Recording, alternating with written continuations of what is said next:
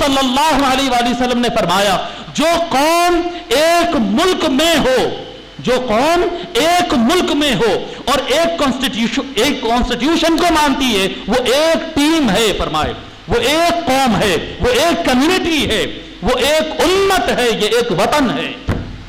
समझ में आ रही बात? ये चीज समझना बहुत जरूरी है। मुसलमानों, तशरीफ फरमाइए। मुसलमानों, हमारा हिंदुओं भाइयों से मुकाबला नहीं है, हमारा हिंदू भाइयों से मुकाबला नहीं है। हिंदू भाई हमारे साथी है और यही बात उनको भी समझाना है, उनको भी समझाना है। क्या फरमाया अल्लाह तबारक व तआला, वला तसुब्बुल लज़ीना यदऊना मिन दूनिल्लाहि फयसुब्बुल्लाह अदवन बिगैरि इल्म। अल्लाह के अलावा वो दूसरे खुदाओं को जिनको वो पुकारते हैं उनको गाली मत दो। अगर तुम उनको गाली दोगे तो पलटकर वो तुम्हारे इस्लाम को, तुम्हारे अल्लाह को, तुम्हारे कुरान को गाली देंगे।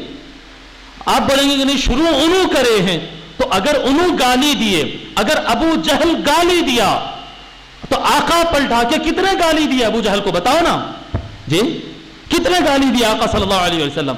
अबू लहब गाली दिया, रुतबा गाली दिया, तो बताओ अबू बकर और उमर कितने गाली दिए पलटाकर? उस्मान और अली कितने गाली दिए पलटाकर? अगर ये पलटाकर गाली देते ना तो आज तक भी पूरे सऊदी अरब में इस्लाम बराबर नहीं फैलता। लेकिन वो गाली उन्हें देते रहे, इनकी तरफ से सलामती जाती रही। वो आग लगाते रहे, ये आग बुझाते रहे। उसका नतीजा ये हुआ कि आग लगाने वाले न सही, लेकिन आग लगाने वालों की औलाद, जी अबू जहल की औलाद, अबू लहब की औलाद, रुतबा और वलीद और सारों की औलाद इस्लाम कबूल कर ली, सारों की। आप मैं बता रहा हूं आपको, अबू जहल का नाम सुने, अबू लहब का नाम सुने, वलीद का, रुतबा का नाम सुने। ये इस्लाम के सबसे बड़े दुश्मन, इस्लाम के ये सबसे बड़े दुश्मन, और ये सबसे बड़े दुश्मन की औलाद इस्लाम कबूल कर ली। क्यों? ये तरीका होता है कि गाली का जवाब पलटा के कभी गाली नहीं, मुकाबले का कभी मुकाबला नहीं। वो बोलेंगे कि अगर मुसलमानों को हम देख लेंगे, एक प्रवीण तोगाड़िया निकलता है जी, एक प्रवीण तोगाड़िया निकलता है, एक वो पता नहीं आरएसएस का कोई निकलता है, बजरंग दल का कोई निकलता है, वो इस्लाम को गाली देता है, तो आप क्या करेंगे? पलटाकर उससे बड़ी गाली उसको देंगे क्या?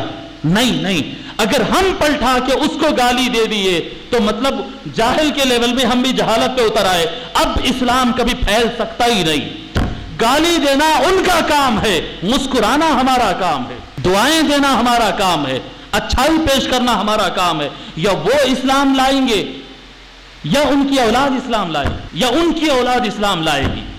जी यही तरीका रहा औलियाउल्लाह का, यही तरीका रहा हजरत बाकी बिल्लाह का, हजरत निजामुद्दीन औलिया का। जी कभी वो आप देखें ना, निजामुद्दीन औलिया रहमतुल्लाह अलैह की तारीख पढ़िए, हजरत बाकी बिल्लाह की तारीख पढ़िए, सनाउल्लाह पानीपति रहमतुल्लाह अलैह की तारीख पढ़िए।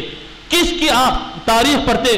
अल्लाह वालों में से जो मुसलमान करे, दो अलग अलग लोग हैं ना, एक कुछ लोग है इस्लाम के नाम पे कमाए, कुछ लोग है अपना जी जान लगा के इस्लाम फैलाए। तो जो इस्लाम के नाम पे कमाए, मैं उनकी बात नहीं कर रहा हूं। जो इस्लाम के नाम पे अपना जी जान लगा के काम करे, मैं उनकी बात बता रहा हूं। कभी बताओ निजामुद्दीन औलिया की बारगाह में जो है हिंदू लोग दावा पेश करे तो उन्होंने उसका जवाब देने के लिए ठहर गए थे? नहीं हुआ उनके पास। आप हम जाके देखते हैं, मुसलमान जाके उनकी दरगाह पे फातिहा पढ़ता तो हिंदू आके माथा टेक के जाता। मैं अपनी आंखों से देखा जी। फजर की नमाज पढ़ के आप गरीब नवाज की दरगाह शरीफ के बाहर ठहर जाओ, लाइन से चौखट पे आते जाते बड़े बड़े मालदार हिंदू है, आते माथा टेकते जाते, आते माथा टेकते जाते।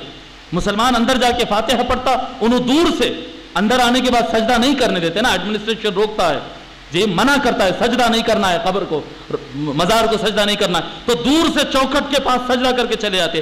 क्यों झुक रही है उनकी गर्दन? इन्हों कभी मुकाबला करे ही नहीं। औलियाउल्लाह कभी गैर मुस्लिमों से फिजिकल मुकाबला किए ही नहीं करते थे, नहीं करते थे। हाँ कोई अटैक कर दे तो एक अलग सूरत की बात है, मगर इनकी तरफ से कभी अटैक जबानी या फिजिकल या किसी एतबार से कभी नहीं किए, कभी नहीं किए। क्यों नहीं किए? क्योंकि ये सारों को वो अपना भाई समझते थे।